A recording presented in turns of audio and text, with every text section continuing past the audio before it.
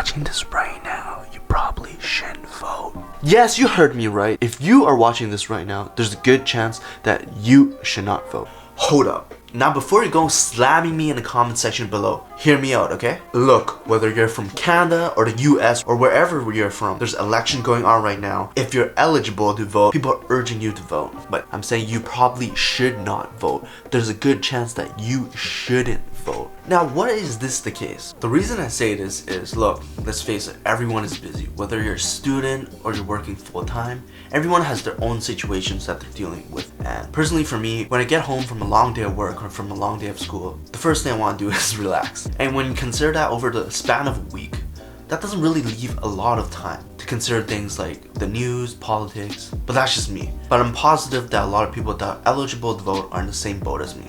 Look, politics is really complex and I, for a fact, don't really know much. And I feel like it's not really fair to vote on limited knowledge because you're not really understanding and voting for all the candidates based on what they have to offer. You're just voting on the one or two articles you see throughout the week and you're not really truly understanding every detail. I'm not saying that a lot of people do not want to follow politics or don't like politics. I'm just saying that even if they do, they may not have the time and the resources to do so. Now, I'm not saying it's not possible to balance school or work with catching up and keeping up to date with these political news. But I'm saying that there's a good chance that if you're watching this, there's some information out there that may cause you to change who you want to vote for because you have done your research. I'm just saying there's a good chance that if you were to research into these different candidates, you would end up voting for a different candidate. And therefore, what that means is that it's not really fair for yourself because you're going into something kind of empty-handed. You're not going into something with a full knowledge. Think about it this way. When you go into a test, you want to be prepared for everything that the test may ask you. So what you do is you do the study questions and you try to memorize everything. You try to get to know the subject really well.